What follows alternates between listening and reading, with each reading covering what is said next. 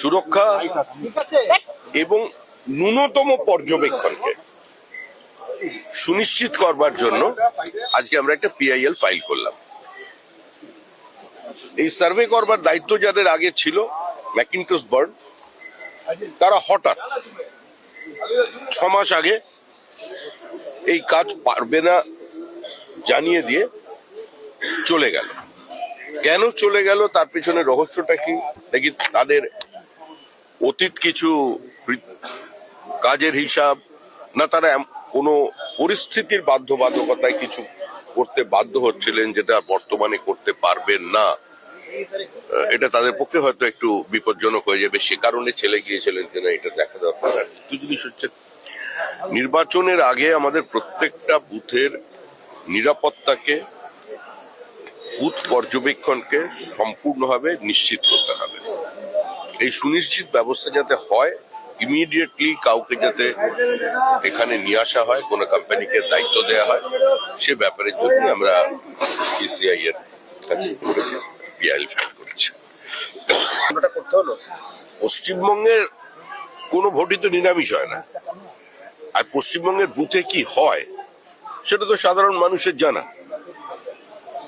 কেন্দ্রীয় বাহিনীর নিরাপত্তা থাকার পরেও কিভাবে ইন্টিমিডেশন চলে, কিভাবে ক্যামেরাকে বন্ধ করে দেওয়া হয়, ময়দা লাগিয়ে দেওয়া হয় ক্যামেরার ওপরে, ক্যামেরায় কাগজ লাগিয়ে দেওয়া হয়, ক্যামেরাকে ভেঙে দেওয়া হয়, এগুলো তো আমরা দেখেছি।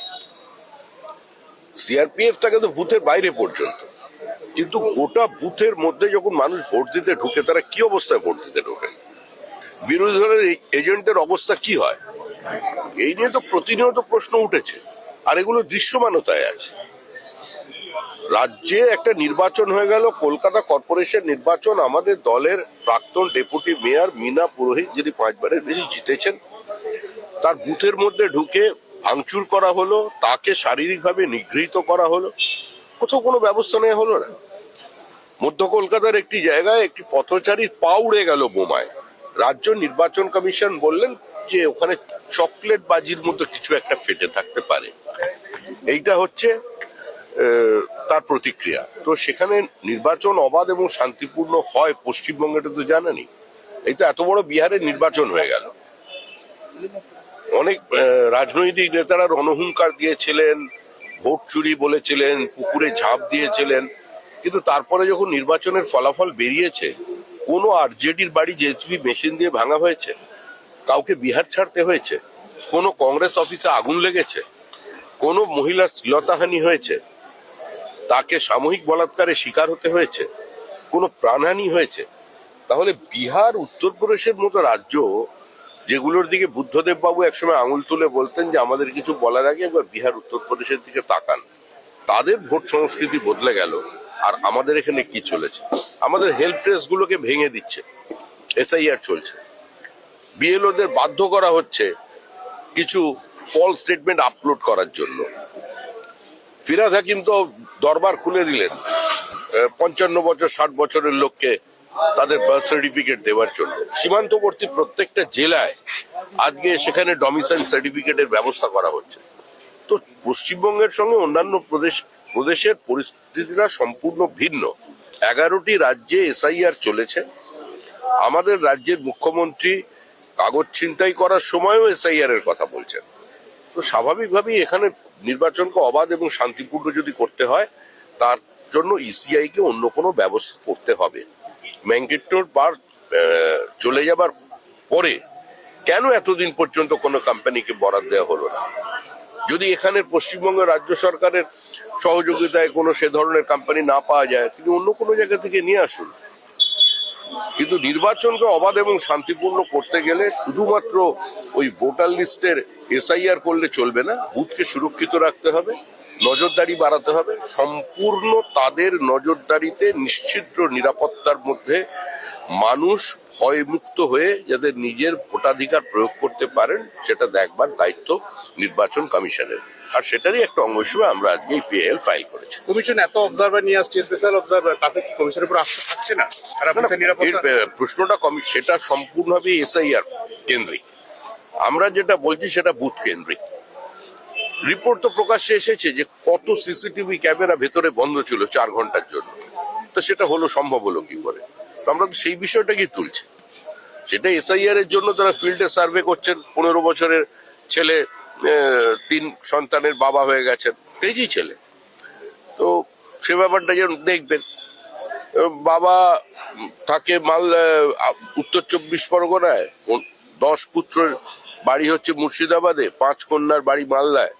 এইসব ব্যাপারগুলো ওই মাইক্রো অবজারভার যারা আসছে তারা একটু দেখবে ক্ষতি। কারণ আমাদের বহু জায়গায় তো কমপ্লেন লঞ্চ করতে দেওয়া হচ্ছে না, তারা আক্রান্ত হচ্ছে, প্রাণনাশের হুমকি দিচ্ছে। এই যে বিএলও আত্মহত্যা করার গল্পটা শুরু করেছেন, হাজার হাজার বিএলও তো আমাদের ফোন করছে কোন পরিস্থিতির মধ্যে কাজ করতে হচ্ছে, কিন্তু তারপরেও বিএলওরা ভালো কাজ করেছেন, খুব সুবিধে করে উঠতে পারেনি।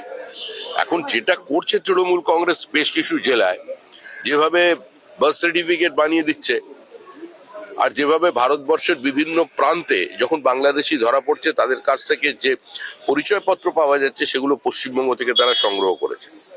তো এটা তো করে জাতীয় নিরাপত্তার সঙ্গে, আভ্যন্তরীণ নিরাপত্তার সঙ্গে কম্প্রোমাইজ করে ফেলছে।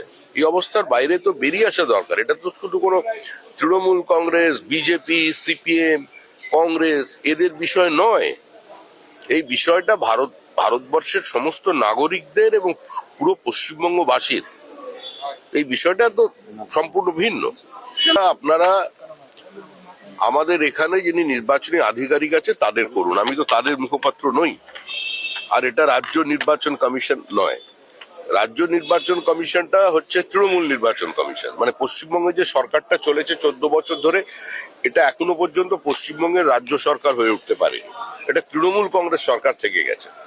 আর আমাদের দেশে যে সরকারটা চলেছে সেটা ভারত সরকার। আর এটা একটা স্বতন্ত্র সাংবিধানিক সংস্থা। একটা রাজ্যে বারবার যদি একটা সাংবিধানিক সংস্থা চ্যালেঞ্জের সম্মুখীন হয়, আক্রমণের সম্মুখীন হয়, তাহলে কি হবে? ইসিআই এর উপরে আক্রমণ হচ্ছে, ইডির উপরে আক্রমণ হচ্ছে, সিবিআই এর উপরে আক্রমণ হচ্ছে, হাইকোর্টের বিচারপতির উপরে আক্রমণ হচ্ছে, লোয়ার জুডিশিয়ারি ঘরের মধ্যে ঢুকে মানে তার রায়দানকে প্রভাবিত করে দিচ্ছে, বাধ্য করা হচ্ছে তাকে সেখান থেকে উঠে যেতে। সংবাদ মাধ্যম আক্রান্ত হচ্ছে, ক্যামেরা পার্সনদের ক্যামেরা ভাঙা হচ্ছে, হাত পা ভেঙে দেওয়া হচ্ছে। বিশ্ববিদ্যালয় ক্যাম্পাস, সেখানে রাজ্যপালকে ঢুকতে গেলে বলা হচ্ছে রাজ্য সরকার চায় না। বিধানসভা স্পিকার যিনি ওই আসনে বসে আছেন, একটা রাজ্য পরিচালিত হয় রাজ্যপালের নামে, তিনি বলছেন রাজ্যপালকে আসতে গেলে আমার আগে অনুমতি নিতে হবে। তো স্বাভাবিকভাবেই এগুলো তো কোনো সুস্থ স্বাভাবিক লক্ষণ নয়।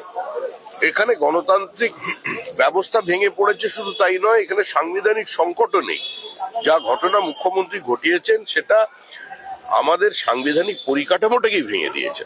শ্রমিকরা পুলিশি নিষ্ক্রিয়তার অভিযোগ তুলে আদালতের দ্বারস্থ হচ্ছেন শুভেন্দু অধিকারী। চন্দ্রকোনায় যেভাবে তার উপর হামলা করা হলো, কি বলবেন এই গোটা বিষয়টা নিয়ে?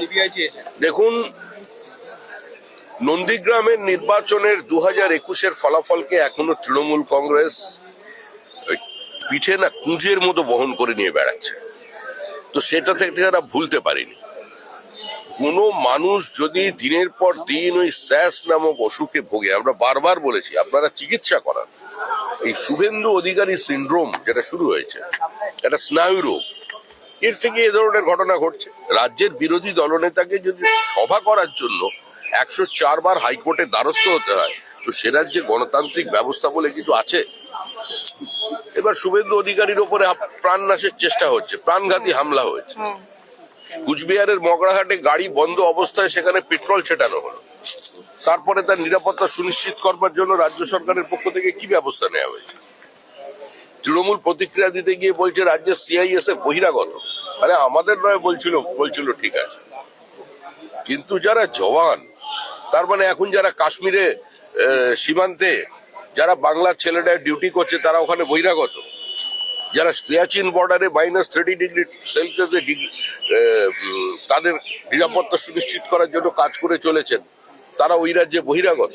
তো এই ধরনের কথাবার্তা চলেছে। অবস্থা কিনা হয়েছিল কিনা, কিছু মানুষ প্রাণ গিয়েছিল, এটা তো কেউ অস্বীকার করেনি। দুর্ঘটনায় কিন্তু কুম্ভ মেলায় মুখ্যমন্ত্রীর মৃত্যু কুম্ভ ঘোষণা করে দেওয়ার পরেও পশ্চিমবঙ্গ থেকে সর্বাধিক বাস কুম্ভ মেলায় গেছে, জনপ্লাবন বন্ধ করা যায়নি।